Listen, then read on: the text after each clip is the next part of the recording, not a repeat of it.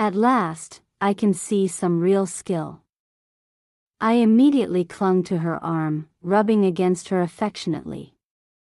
She was among the finest embroiderers in the capital. For her to give such praise was a tremendous affirmation to me. My eldest cousin and Prince Lucian also stepped closer to look. Still, I did not expect any evaluation from two men. After examining it for quite some time, my cousin finally said, "Our Nianran is truly a genius. You have never even been to Jiangnan, and yet you have embroidered its scenery so vividly." Prince Lucian froze for a moment, then lifted an eyebrow. Someone beside me burst into laughter. I nearly fainted from embarrassment. This fool! This is the Autumn Geese of Jiangnan by Wushan's studio, I muttered inwardly. It is not that my embroidery is vivid, the original painting is vivid. I did not quite know how to explain it. In any case, for once, I was not the most humiliated person in the room. The atmosphere grew awkward. At last, my aunt spoke. "You foolish child," she scolded my cousin gently. "Go find someone to mount this embroidery properly. When it is done, deliver it to Nianran." Then she turned to me. "The first piece counts as a success. You must keep it safe." I grinned and handed the embroidery to my cousin, winking at him fiercely. At that moment, he finally showed a flicker of intelligence and pulled Prince Lucian away, taking his leave. That afternoon, my aunt and I remained behind, discussing 100 different techniques for embroidering peonies. After that day, for reasons I did not understand, I would frequently run into Prince Lucian at the Crown Princess's birthday, at the Mid-Autumn Palace banquet, in a private chamber of the Phoenix Pavilion, at my uncle's horse race. Every time, he would smile and exchange a few words with me. "Never too many, never too few. What have you embroidered lately? Do not eat too much at night, or you will suffer indigestion. There is a lantern festival on Changyuan Street for the Lantern Festival. Will you be going?" By the spring of the following year, I finally became certain he had been deliberately seeking me out. The reason was simple. He had taken a fancy to my talent for embroidery. The sachets and fans I had made for my eldest cousin were exquisitely crafted, so exquisite that they made him envious.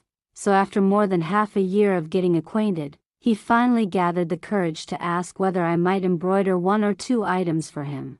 High mountains and flowing waters. True understanding is hard to find.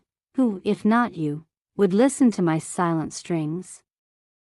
When a man flatters you to such an extent, how could you possibly refuse? Besides, during the Lantern Festival I had already accepted an armful of flower lanterns from him. Naturally, I had to return the favor. However, I was the granddaughter of an imperial tutor, the niece of a top scholar, a young lady of a distinguished household. I understood the propriety between men and women. My eldest cousin was family. No matter how many sachets I gifted him, it did not matter. But Prince Lucian was an outsider. That was another matter entirely. In the end, I decided to charge him the market rate, 1 tael of silver per piece. Still, I felt he suffered no loss. With my craftsmanship, these embroideries had collectible value. In a few years, they might even appreciate. This small calculation of mine was probably inherited from my father. My grandfather had been imperial tutor for 2 generations. My grandmother was a royal-born commandery princess. They had 2 sons in total. My uncle became a top scholar. My father, however, became a merchant. To this day, no one knows from whom he inherited such tendencies. From childhood, he disliked reading and only loved studying account books. With an abacus in hand, he could calculate figures so swiftly it seemed as though flowers blossomed from his fingertips. My uncle did not disappoint either. He inherited my grandfather's scholarly mantle and had now risen to a high-ranking post in the Ministry of Personnel, upholding the prestige of the Shao family. As for my father, he was given an idle official post. Yet he had no interest in the bureaucratic path. He traveled east and west, trading in rice, flour, grain, oil, tea, porcelain, antiques. He had sold nearly everything imaginable. All day long, he immersed himself in business. Whether he profited or lost money, no one could tell. At any rate, we never saw him bring silver home. But as long as no one in the family starved, that was good enough. My mother came from a noble household and had grown up showered with affection. She cared for nothing. Every day, she concerned herself only with preserving her beauty and maintaining her youth. My father, meanwhile, took it upon himself to scour the world for nourishing delicacies and secret cosmetic recipes for her. One dared to bring them home, the other dared to use them. With elders above supporting them, the two lived carefree and blissfully sweet lives. My uncle had 2 sons, both studying diligently.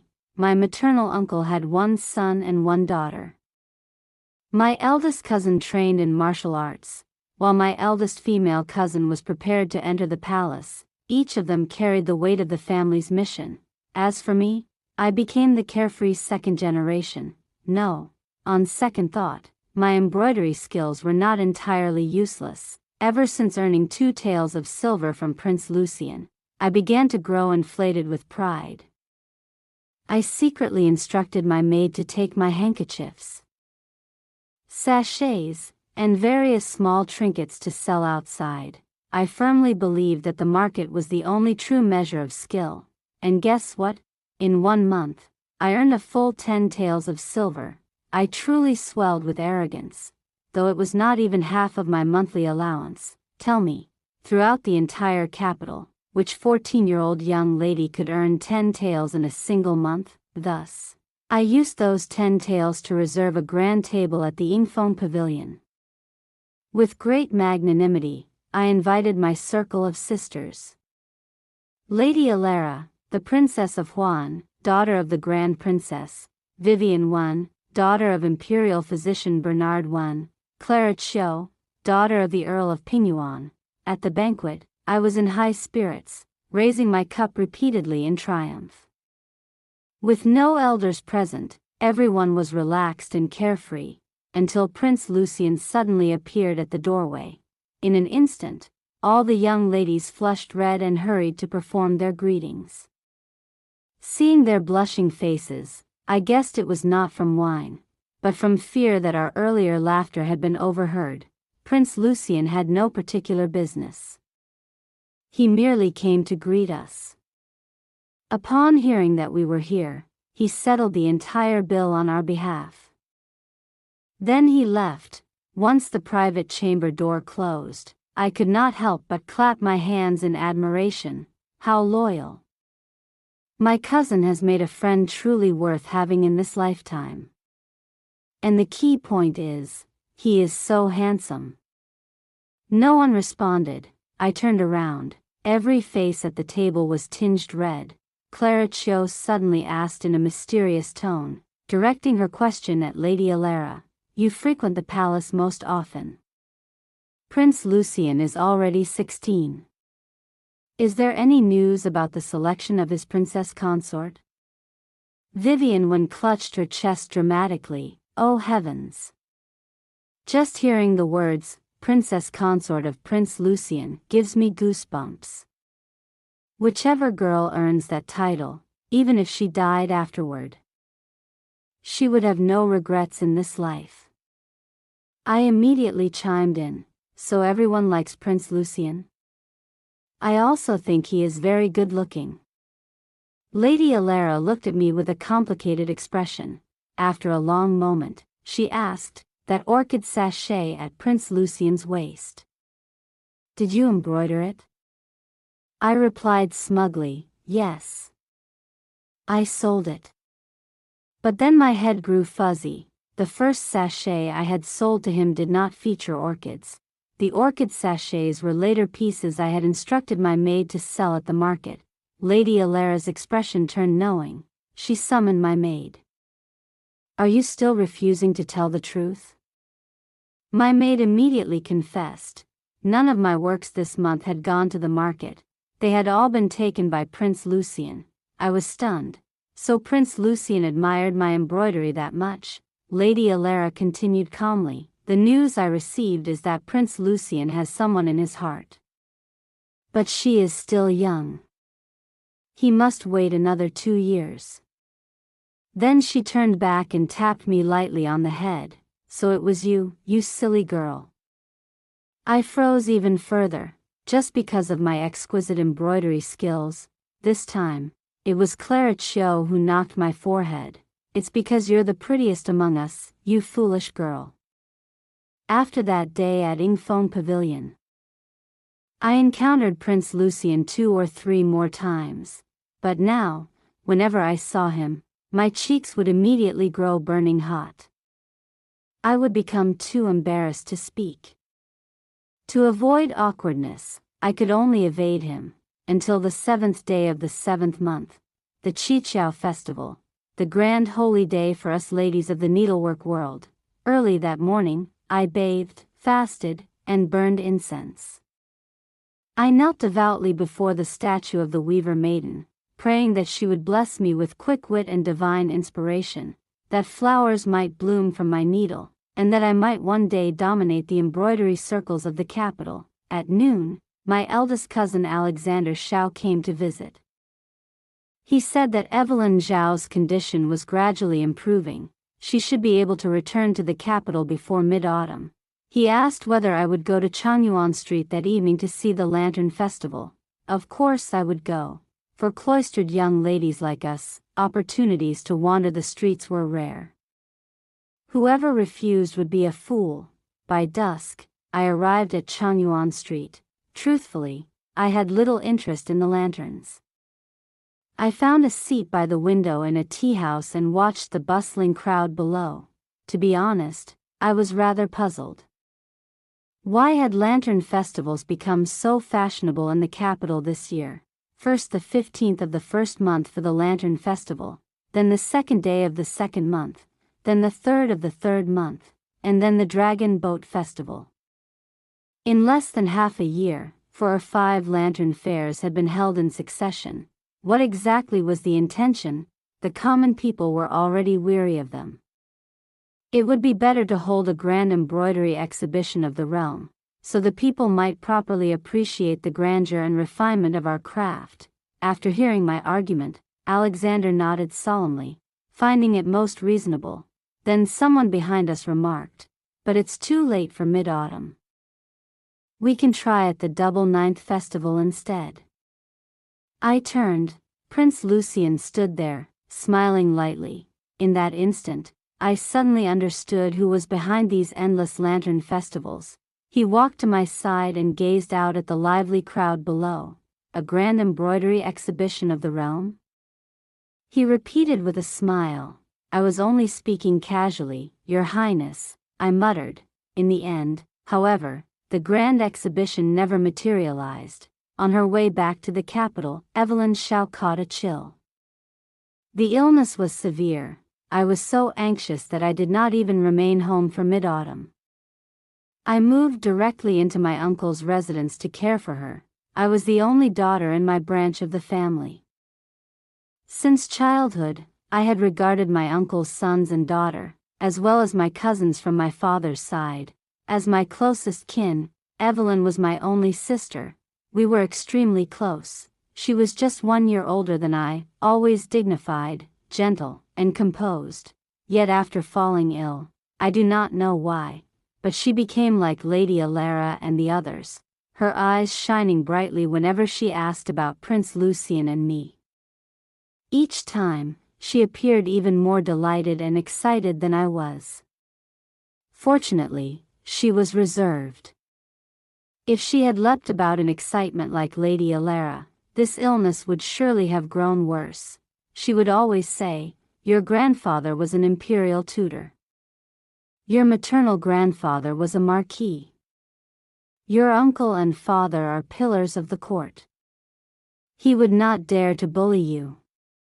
I would immediately retort, and my sister will one day be a consort in the palace. Who would dare bully you? She would tap my head, then pull me into her embrace and murmur softly, "It is all the same. For our family to have one carefree little fool like you is already enough." At that time, I was too young to understand the deep, selfless love hidden within her words. The weather grew colder, her illness worsened. Each day, her moments of clarity became fewer. I did not know how to care for others. I could help with nothing. Every day I grew so anxious that I wept. Fortunately, Vivian I, the daughter of Imperial physician Bernard I, was one of my closest friends. The moment I thought of her, I wrote a letter begging her to come help care for Evelyn. Since learning her letters, Vivian had studied medical texts. Her father was the head of the Imperial Medical Bureau. With such deep family training, she was certainly more skilled than the female physicians in our residence. Upon receiving my letter, Vivian immediately wrapped herself in a quilt and hurried to find me. I must say, my friends were both capable and loyal. Under Vivian's meticulous care, when the first winter snow finally fell, Evelyn's condition suddenly improved. Each day, she could remain lucid for a short while. She even asked whether the red plum blossoms in my east courtyard had begun to bloom. "Red plums in the snow must be beautiful," she said. I hugged Vivian repeatedly in gratitude. She merely shook her head quietly. "Only if she survives this winter can we say she has survived this trial." With reddened eyes, I stepped outside and went to the east courtyard to cut a branch of red plum blossoms for Evelyn. After the snowfall, the sky had cleared. I carefully trod upon the accumulated snow, step by cautious step. Yet I still stumbled. Fortunately, someone caught me. It was not the maid behind me. Prince Lucien stood there. He was rarely so silent. He offered only a comforting smile and took my hand, guiding me to follow in his footprints across the snow. Since the first time I met him, it seemed he had never once vanished from before my eyes. Yet only today did I realize, ever since Evelyn had fallen ill, I had not seen him for months. "Your Highness," I said softly, "you seem to have grown thinner." He replied, "You are the one who has grown thin. Your face is smaller now." When we reached the east courtyard, I carefully selected the plum branches. I had to find the one most vibrant with life to bring back for Evelyn to see. At last, high upon the tree, I found a branch that satisfied me. I turned and called for Prince Lucien to help me cut it down, only to see him standing there, staring at me in a daze. I called his name softly. Only then did he return to his senses. He looked at me for a long moment before speaking. "I have always felt that you are as beautiful as the red plum blossoms in the snow. But I do not wish for you to be like them, standing proud against the frost, defying the winter. It is too bitter a fate." I was stunned. It was the first time I had ever heard him say something so foolishly sentimental, and I did not know how to respond. In the end, I simply smiled sweetly. "Rest assured, Your Highness. I only wish to be a flower of earthly prosperity." On the 11th day of the second month, the third day after my cousin Evelyn Zhao's 16th birthday, she completed the short span of her life. I could not understand why. She had endured the harshest winter.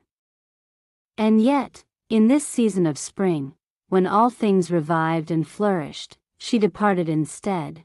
That day, for the first time, I understood the meaning of a final radiance before the light fades. On Evelyn's face, before she left us, there appeared a vitality long unseen, warm and gentle, like the first sunlight of early spring. She closed her eyes in my aunt's arms, smiling all the while. "Mother," she said, To leave this world resting in your embrace, I am content. In the past, I always thought I would die alone in the depths of the inner palace, with no one to ask after me. But now, I am content. Her final words were spoken to me through tears. Nienran, forgive me. I cannot protect your happiness. I truly am sorry. At the funeral, Vivian Wen wept bitterly. She blamed herself deeply, full of regret. I held her and told her she had done more than enough. It was also the first time I saw Alexander Shao cry. He knelt there, holding Evelyn's spirit tablet in his arms, unmoving and silent. Tears fell one after another like pearls from a broken string, striking the ground. Our grandmother and aunt fainted from grief several times. My mother covered her face with a handkerchief and wept. Strangely, I seemed the calmest of all. It was as though my tears had already been exhausted during the months of Evelyn's illness. I was truly useless. When strength was required, I could only cry. When tears were required, I stood there blankly, unable to summon a single drop. Evelyn was buried at West Mountain, in a place of harmonious feng shui. On the journey back to the city, Prince Lucian silently entered my carriage. The entire family was immersed in sorrow. He feared I would have no one to look after me along the way. My heart felt hollow. I had no strength to speak. Prince Lucian held my left hand. After a long silence, he said quietly, "My imperial brother, Emperor Adrian, has said that this spring he will grant me my own princely residence. At the earliest, next year we may hold the wedding ceremony." I knew he hoped those words would bring me comfort, perhaps even joy, but I only buried my head against his right shoulder and wept. My sister was dead. Everyone understood in silence that the future imperial consort had died with her, yet what concerned the emperor was his younger brother's marriage. I knew that the emperor was burdened with affairs of state, that the realm and the entire inner palace required his attention. Perhaps for the rest of his life, he would never remember that young woman again, the one who had once meticulously prepared herself for him for an entire lifetime. After Qingming Festival, I accompanied my grandmother to Jiangnan once more. Her natal family was a renowned clan of the region. At 18, she had married into the capital. At 30, she was widowed, managing the vast Marquis estate alone and never returning south again. The Marquis title and her family had been preserved for 5 generations. By her father's generation, it was the last. Though my uncle did not inherit the noble title, grandmother personally nurtured him into becoming the martial champion and a great general. She even arranged his marriage into the family of the imperial consort's father. Last year, her aunt from Jiangnan sent a letter warmly inviting her back. Seeing her descendants filling the hall, her daughters-in-law capable in managing the household, and knowing that the climate of Jiangnan suited convalescence, she finally felt at ease returning there. Afterwards, she found great comfort in the south. Thus this year, after suffering such profound grief, she chose once more to return. It was as though Jiangnan, which held all the memories of her youth before the age of 18, could smooth away every wrinkle within her aging heart. This time, Prince Lucian did not attempt to follow.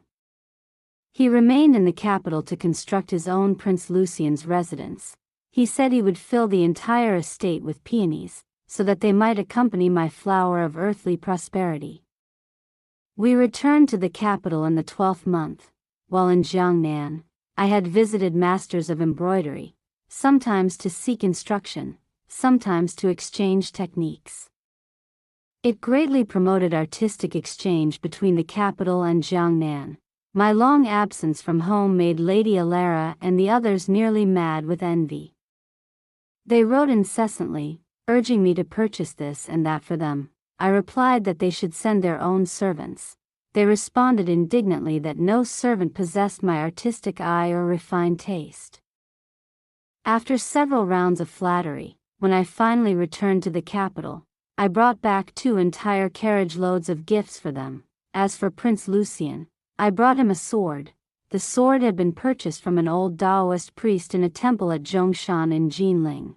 The moment I saw it, I knew it was extraordinarily refined and elegant. The old Taoist priest said he was already too old to wield a sword anymore. Seeing how much I liked it, he simply gave it to me. As for money, whether I paid or not, he said it was all a matter of fate. In the end, I did not give him any silver that day. But of course, I would never take advantage of an elderly man. The very next morning, I sent someone to deliver 30 jin of lamp oil and 50 jin of rice to the old priest. Grandmother also said it was a fine sword, rare and difficult to come by. Even though cousin Alexander had searched far and wide for treasured weapons, what he had collected was still inferior to this one. Only uncle possessed 1 or 2 blades that could barely compare. To speak of it now, I feel rather ashamed. In front of cousin Alexander, I kept hiding it, afraid he would see the sword and discover that the cousin he cherished most, his dear Ranran, had turned her elbow outward and favored an outsider. I even embroidered a sword pouch for it. The finished product satisfied me immensely. Truly, in all the world, only my artistic skill and aesthetic taste could be worthy of such a spiritually endowed and exquisitely beautiful blade. When Prince Lucian received the sword, he was overjoyed. He praised it endlessly, admiring it for a long time before finally asking, "How much did it cost?" He thought I meant to sell it to him. I hurriedly explained, "No, no, no. This is a gift for your highness. No money. No money at all." Prince Lucian's smile widened even more. "So you've decided to begin a secret romance with me?" A secret romance? What did that even count for? He had already held my delicate hands more times than I could remember. That scoundrel! In my heart I was screaming, yet on my face I could only blush, unable to say a word. The scoundrel took my hand again. "Do not worry. When spring comes next year, we shall have an auspicious wedding day." But I could not wait for the auspicious spring of next year. What arrived first was an imperial edict summoning me into the palace. Aside from Prince Lucian, the person who reacted most violently was my 9th aunt. That old woman Wang Tianru. She raged. Why can't she behave like a decent human being? My daughter was dragged into the palace and tormented to death. Now she wants to bring disaster upon my niece as well. Wang Tianru was the formidable birth name of none other than Empress Dowager Helena. 9th aunt was not mad. It was simply that after cousin Evelyn's death, she had carried herself with the resolve of someone prepared to smash the pot and sink the boat. If not that, then at least like shattered porcelain, fearless of further breaking. That very day, she requested an audience and entered the palace. Later, I heard she negotiated through the entire night with Empress Dowager Helena. Grandmother, having weathered great storms in her lifetime, knew that 9th aunt's journey would bear no fruit. Before anything else, she counted out more than half of her dowry and the savings she had accumulated over decades and handed them to me. "Money is strength," she said. Mother, too, likely felt she ought to do something for me. With a mysterious air, she whispered, "Don't worry. I've arranged everything." Consort Helena Minor in Qingdan Palace is the cousin of the sister-in-law of your cousin-in-law's wife. In the harem, she will protect you. Consort Helena Minor, mother, please. If only you would shift your gaze away from father and those endless beauty tonics for a moment, you might notice something astonishing. Your own sister-in-law is the Empress Dowager of this dynasty. Why would we need to rely on the cousin of the sister-in-law of my cousin-in-law's wife? I can only say that, compared to mother, great-uncle's actions moved me a little more. Great-aunt was never especially close to me.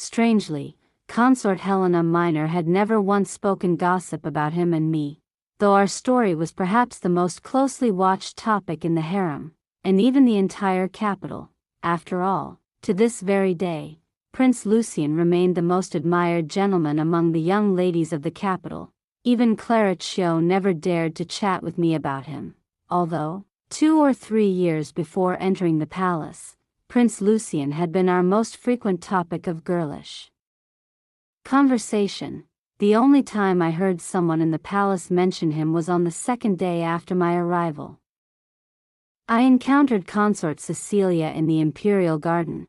She merely said lightly, "I've heard Prince Lucien's residence is filled with peonies." After that, consort Cecilia, gifted in dance and beauty, had one of her legs broken and was thrown into the cold palace. Consort Cecilia's elder brother, Vice Minister Qi of the Ministry of Revenue, was demoted and sent far south to Chaozhou. From that day on, I never again heard a single person mention anything related to Prince Lucien. Within this imperial palace where he had grown up since childhood, I could not find even the faintest trace of him.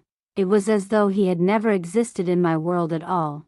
Never, in a million lifetimes, would I have imagined that the first person to speak to me about Prince Lucien again would be the Emperor himself. In the 3rd month after I entered the palace, Emperor Adrian had already favored every new concubine, all except me.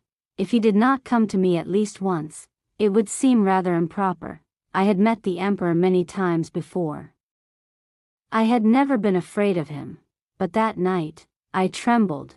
The embroidery needle in my hand wandered wildly across the silk. Because I knew, this time was different from all our previous meetings. Tonight, he had come to take possession of me, yet the Emperor merely sat calmly across from me, reading a book the entire night. It seemed he truly intended only to read. When I could no longer manage my embroidery, I secretly lifted my eyes to look at him, perhaps because they were born of different mothers. The Emperor and Prince Lucien did not resemble each other greatly, and yet, both were strikingly handsome. The Emperor was 3 years older than Prince Lucien. He lacked that carefree, dashing ease, but carried instead a steadiness and shrewd composure. He seemed to sense my gaze. His eyes flicked toward my embroidery basket. Indifferently, he said, "I have seen the sachet you gifted to Prince Lucien. It did not appear to be of this level." The art of emperorship, velvet words concealing needles, hidden daggers within silk. I started violently and immediately lowered myself in deference. No, no, no. It was not a gift. This concubine sold it to Prince Lucien. The Emperor suddenly laughed. "I know. The two of you are both quite interesting. What sort of situation was this? They say serving a monarch is like serving a tiger." I truly could not decipher the hidden meanings within his every word. The Emperor set down his book and stretched. "I am truly tired tonight. I wish to sleep." I hurried to the bedside, pretending to smooth the bedding, and said respectfully, "Your Majesty, please rest." He sat at the edge of the bed, removing his boots. Then he said casually, "Tomorrow I shall promote you to Jiu, 3rd rank. Think of a title for yourself. Tell me in the morning." Before I could even process the meaning of his words, he had already reclined upon the bed. Turning his head, he asked, "Why are you still standing there?" It was clearly my own bed, yet I asked timidly, "Where does this concubine sleep?" "The couch you were sitting on earlier seemed quite comfortable." "Then, may this concubine take a blanket? Take it and arrange yourself." "Yes."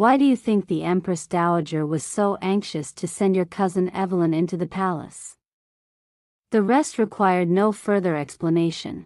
If a consort could not even secure the position of empress, then the empress's seat was even more unattainable. After the promotion ceremony, I went to Ningxiu Palace to kneel and thank Empress Dowager Helena. She truly possessed an imposing, noble air. Ever since hearing Ninth Aunt curse her as that old hag Wang Tianru, I found myself unable to look at her quite the same way again. It seemed the Empress Dowager could scarcely be bothered to respond to me. Noble consort Margaret spoke a few perfunctory words about serving the emperor with greater diligence in the future. Then the Empress Dowager dismissed me. As I was about to leave, Empress Dowager Helena seemed to recall something. I have heard, she said, that your embroidery is quite good. Make a new set of sleeping robes for the emperor. That truly put me in a difficult position. Other matters were trivial, but I had absolutely no idea of the emperor's measurements. Sleeping robes were worn close to the body. Too large would not do, too small would be even worse. Quietly, I went to ask Clara Chiu. It would not be appropriate to ask anyone else. I certainly could not say that the Empress Dowager had ordered it. After all, as a concubine, sewing for the emperor was my duty. To require the Empress Dowager's reminder made me seem unworthy of my rank, yet if I did it on my own initiative, it might appear overly flattering. To my surprise, Clara Chiu flushed bright red and said she did not know either. I grew anxious. When you attended His Majesty at night, didn't you hold him? Clara Chiu rolled about on the bed in embarrassment. It was always His Majesty holding me. I never held him. I threw a measuring cord at her. Next time you attend him, help me measure.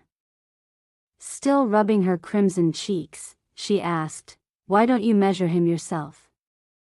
Because I do not sleep on the same bed as he does. But that was something I could not say aloud. Since Clara Chiu could not help, then I would do it myself, and thus, I devised a clever plan. There was no need to measure the emperor directly. If I could measure his old sleeping robe, that would suffice.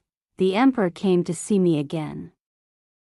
As before, he removed his outer robe and reclined upon the couch, reading. I knew my opportunity had arrived. I ordered tea to be served. Without even lifting his head, he said, no tea tonight. I must sleep early. That did not defeat me. The tea was served, would drink it myself. When it arrived, I carried the cup to his side and pretended to read with him. Then, careless me, the tea spilled onto his robes. Surely he would have to remove them. The only problem was, I had greatly underestimated the emperor's reflexes. The moment my hand trembled, he had already leapt aside. Not a single drop touched him. I forced a smile and cleaned up the mess, then poured another cup and once more edged close to him. He continued reading seriously, clearly unwilling to indulge me. Grinding my teeth, I closed my eyes and decisively flung the entire cup of tea forward. The emperor sprang up. Seraphina Shao, have you gone mad? This concubine is at fault.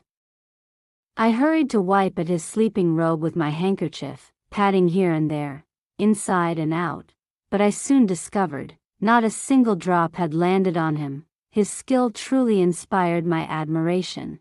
The emperor had clearly discerned my intention. He raised an eyebrow. Do you very much wish to see me unclothed?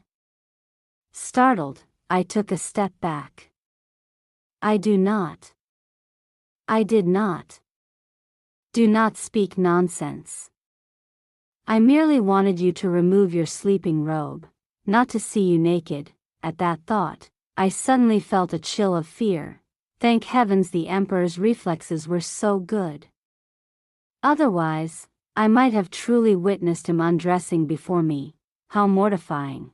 I forced a laugh and served him as he resumed reading. Soon after, he said he had no further interest and went to bed. Very well. I lay upon the couch, wide awake, thinking for a long time. And then, another brilliant scheme occurred to me.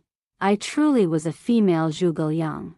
So, on this dark and windy night, after the emperor had fallen asleep in my bed, I crept quietly to the bedside. Gently, I lifted his blanket, I measured his left arm, then his right. After measuring both sleeves, I reached to measure the width of his shoulders. The moment my hand settled upon his shoulders, the emperor's eyes flew open. In the flickering lamplight, he saw my guilty expression. He also noticed the measuring cord around his neck. My movements froze. He frowned slightly and asked in a low voice, "What are you doing?" And then, I cried. I truly cried. It was simply too aggrieved. I sat down on the floor and burst into tears. "The Empress Dowager insists I make a new set of sleeping robes for your Majesty. I only wish to measure your size. Why must it be so difficult? I entered the palace, yet your Majesty does not even want me. Then why did you summon me here in the first place?" Ninth Aunt said she would visit often, but in more than 3 months, she has only come twice. My mother holds no official rank, she cannot even pass through the palace gates. Every word your Majesty speaks frightens me. I fear you might harm Prince Lucien. I fear you might harm the Shao family. Curled upon myself, I poured out every grievance I had swallowed these past months. The emperor listened quietly until I had exhausted myself. Then he said softly, "It is not that I do not want you." I froze. My tears stopped at once, because I saw him rise and walk toward me, and he was smiling as he began to unfasten his collar. No, no, no, I did not mean that. I scrambled to my feet, trying to retreat, but the emperor laughed and pulled me back. "How do you wish to measure?" In the end, blushing fiercely, I took his measurements. Just as he had finished dressing again, a palace attendant rushed in to report, "Consort Gabrielle is suffering from abdominal pain. It seems she is about to give birth."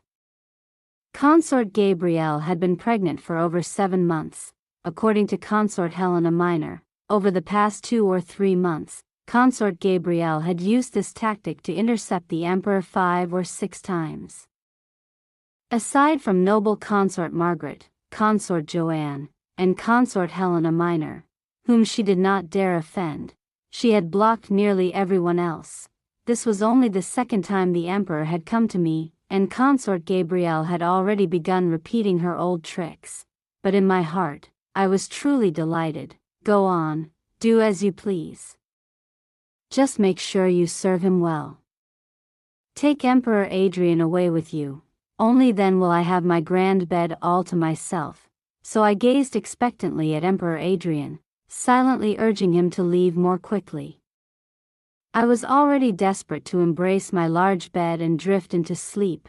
Emperor Adrian glanced at me once and said calmly, "I am weary today. Let Consort Joanne go in my stead." The palace maid cast me a look of admiration, then acknowledged the order and withdrew. Admiration? What nonsense! Forget it, forget it. I was tired too. Sleep. Yes, sleep. This was the second night I had shared quarters with Emperor Adrian. Compared to the first night, my heart felt far more at ease and steady. Lying upon the soft couch, hugging the quilt, I fell asleep almost at once. One must know, on the very first night, I had tossed and turned until dawn. The next morning, when I awoke upon the vast, warm bed, Emperor Adrian was already gone. Wait. Why was I sleeping on the large bed, and why did my head ache? I leapt down and hurried to the mirror. Upon my forehead was a large swollen bump. Could it be that Emperor Adrian, moody and unpredictable, had risen in the middle of the night and beaten me? After breakfast, Consort Joanne applied ointment to my forehead. It did not hurt much, only the swelling was quite conspicuous. I asked, "How is Consort Gabrielle?" Consort Joanne replied that she was fine, but warned me not to provoke her in the coming days. The imperial child in her womb was the most precious thing in the palace at present. Later that morning, Clara Chio came to visit me. The moment she saw the swelling on my forehead, she gave an awkward laugh, clearly wishing to speak but hesitating. Imitating Consort Helena Minor's mysterious manner, she finally asked in a deliberately ambiguous tone, "Does His Majesty like you very, very much?" Heaven knows, Emperor Adrian and I were not close at all, but what could I possibly say? So I merely replied, "It is tolerable." Clara Chio leaned closer. "I heard that yesterday Consort Gabrielle tried to intercept him. Yet with just one glance from you, His Majesty stayed." She pressed even nearer to my ear and whispered, "After that, the two of you moved from the couch to the bed. Then from the bed back to the couch. The movements were so vigorous that your forehead ended up swollen. Early this morning, His Majesty even said you were tired and should sleep a little longer." I stared at her in disbelief. What nonsense is this? Clara Chio clasped my hands tightly. "If you attain wealth and honor, do not forget me." I squeezed her hands in return, then pinched her hard. Under my ruthless interrogation, she finally confessed everything. It turned out that Consort Helena Minor had received intelligence that Consort Gabrielle had gone to invite the Emperor away. I had merely cast a glance at Emperor Adrian, and he chose to remain. The next morning, when the palace servants came to tidy the chamber, I was sleeping upon the grand bed. The bedding on the couch was in complete disarray. My forehead bore a conspicuous bump, and thus, with her astonishing analytical prowess, Consort Helena Minor constructed an entire narrative. Even I did not know how the bump on my forehead had appeared, yet she seemed certain. "Consort Helena Minor, I must confess, I am beginning to question your authority within the palace gossip circles." Though she did admit that her conclusions were purely speculative and she would not be held responsible for their accuracy, nevertheless, from that day on, every person in the harem who saw the swelling upon my forehead smiled at me with both ambiguity and embarrassment. Even Empress Dowager Helena deliberately summoned me to the Palace of Tranquil Longevity, asking trivial questions, merely to examine the bump on my brow. It was not until I cautiously inquired of Emperor Adrian himself that the mystery was finally solved. That night, I had slept far too soundly, and far too recklessly. In my slumber, I had rolled off the couch and fallen to the floor. Emperor Adrian had risen and seen my head swollen from the fall, yet I had not awakened. So he carried me onto the grand bed to sleep, while he himself spent the night upon the couch. In the end, he said, "I have instructed Consort Joanne to replace your couch with a larger one." I had not yet finished feeling touched by this consideration when a new rumor reached my ears. That the Emperor found the couch too small and not to his satisfaction, and thus had changed to the grand bed instead. "Consort Helena Minor, I swear I shall sever all ties with you." Before long, Consort Gabrielle gave birth to a little princess. This was Emperor Adrian's third child. Consort Gabrielle was exceedingly pleased. Some flatterers whispered that the emperor would soon promote her, for one of the 4 consort positions still remained vacant. Yet scarcely had she completed her confinement month when the second princess was taken into the arms of noble consort Margaret. The accusation was that Consort Gabrielle lacked the virtue to raise a child and must consider the princess's future. Empress Dowager Helena presided over the matter, entrusting the second princess to noble consort Margaret. Consort Gabrielle was demoted to the rank of talent and sent to the imperial temple to pray for the prosperity of the realm.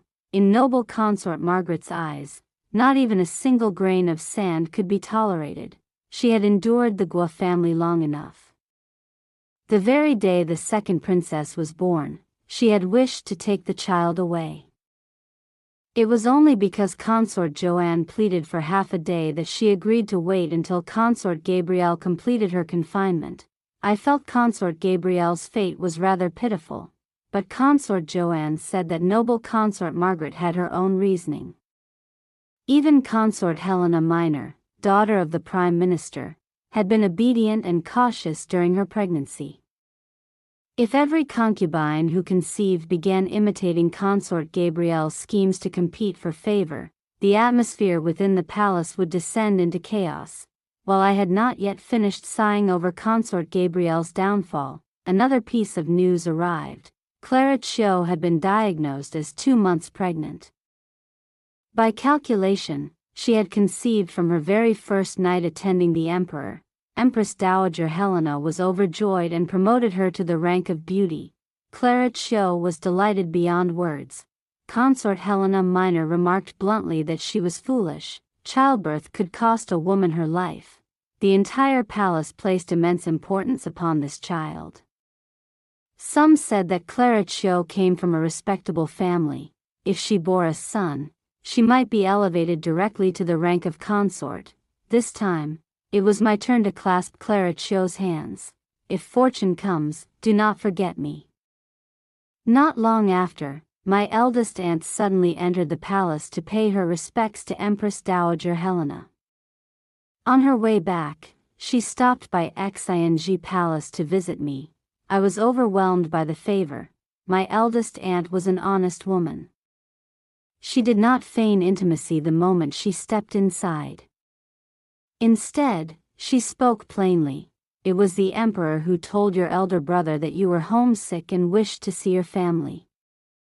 So he asked someone to come visit you. My elder brother had once studied alongside Emperor Adrian. There was some friendship between them. My mother did not hold an official title, so she could not enter the palace. That was why my eldest aunt had come instead, she continued. Telling me not to be anxious, father had entered the Ministry of Revenue. He was well acquainted with market values and had devised several new financial reforms. Each proposal had proven effective. Earning an official title for my mother was only a matter of time. I was stunned. Who would have thought that my father would bloom so late in life? Then my aunt added, almost casually, that the emperor intended to arrange a marriage for my eldest brother. It seemed he had set his sights on Lady Alara, the daughter of the Grand Princess. Stop right there. The moment I escorted my aunt out, I rushed straight to find the emperor. I could not allow that foolish sovereign to separate another pair of lovers again. Hurry, if the imperial decree were spoken aloud, there would be no turning back. This was my first time entering the Hall of Mental Cultivation. When Emperor Adrian saw me, he looked slightly surprised. I hastily performed my salute and, panting, said, Your Majesty, Lady Alara has already taken a liking to my second brother. The emperor frowned faintly and replied with only 2 words, I know. I exhaled in relief, praising His Majesty's wisdom. I prepared to withdraw, when a palace attendant suddenly announced that Prince Lucien had arrived. It was as though lightning had struck me. I froze, staring at the emperor, utterly at a loss. He spoke calmly. Have Prince Lucien first pay his respects to the Empress Dowager. The attendant acknowledged and left. I could not restrain myself from taking 2 hurried steps toward the door, but then I stopped. I crouched down where I stood, covered my face, and began to cry. After a while, the emperor came to my side and crouched down. I will escort you back to your palace, he said softly. It was only after nearly threatening Hoa Fai with death that I finally pried the truth from her. Prince Lucien had left the capital for more than 2 months, touring famous scenic sites. Upon returning, He had entered the eastern camp outside the capital and was now training soldiers alongside my uncle. After saying this, Hoa Phi sighed. What the emperor did was indeed not very proper. But think about it, your uncle, your cousins, and now even your father, all of them are rising one after another. Yet of the Shao family and your maternal clan combined, you are the only daughter left. The emperor has no other choice. He could only bring you into the palace to bind both sides of your family. She added that the emperor treated me well enough.